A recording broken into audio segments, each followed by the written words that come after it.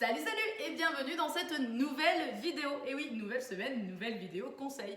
J'espère que tu vas bien et aujourd'hui on va parler d'un sujet, lequel, voyons voir. Qu'est-ce qui est important à savoir sur l'estime de soi? L'estime de soi. Paf. Ouais, l'estime de soi c'est un sujet majeur du développement personnel. C'est pas le plus simple, hein, on est d'accord. J'ai réfléchi quand même un petit peu avant. J'ai 4 idées, en tout cas j'ai 4 choses importantes que j'ai envie de te donner sur ce sujet. Tu me suis? Je te les dis juste après.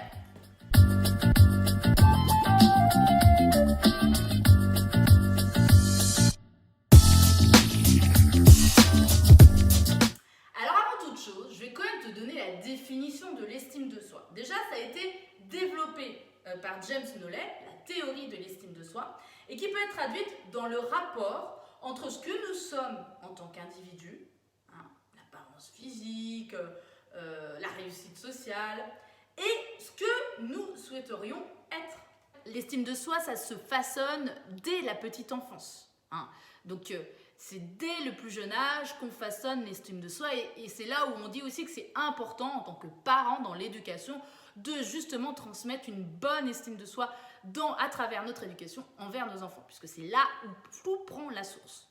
Alors moi, un truc que je voulais absolument te dire sur la chose à savoir, c'est de ne pas faire une confusion, parce que moi je la faisais tout le temps, et grâce à ma formation de coaching, je sais aujourd'hui la différence entre l'estime de soi et la confiance en soi. Déjà, ce qu'il faut savoir, c'est que l'estime de soi, elle est composée de la confiance en soi. Elle est composée de l'amour de soi. Et elle est composée de l'image de soi. Vraiment, l'estime de soi englobe de façon générale l'amour, l'image de soi et la confiance en soi.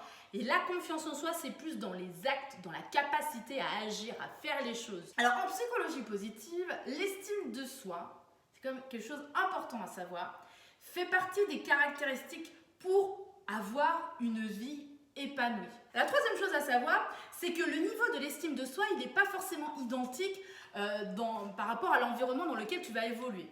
Imaginons, tu peux par exemple avoir une bonne estime de toi dans ta vie familiale. Et puis dans la vie professionnelle, par contre, là, tu as une estime de toi un peu plus faible. D'accord? Donc ça, c'est important de savoir que le niveau n'est pas forcément identique et d'en prendre conscience aussi. Ça veut dire que si tu as une faible estime de toi dans ta vie professionnelle, ça ne veut pas dire que tu as une faible estime de toi dans tous les domaines de ta vie. Ok? Quatrième et dernier point que je voulais que tu saches et qui me paraît qui est hyper important, c'est que l'estime de soi, ça se travaille, ça se développe. Christophe André dit même, et je trouve ça joli, ça s'entretient et ça se répare. Justement, en parlant de travailler et de développer son estime de soi, ça tombe bien puisque dans le bootcamp Trouver un job passionnant, il y a un atelier dédié à l'estime de soi.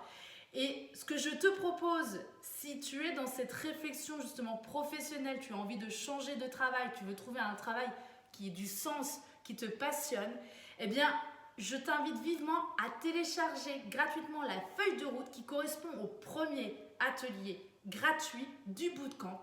Voilà, il te suffit de cliquer sur le lien sous la vidéo et tu recevras cette feuille de route et on en parle toutes les deux après. Sinon, on se donne rendez-vous dans une prochaine vidéo. J'espère que celle-ci t'a plu. Prends bien soin de toi. Salut!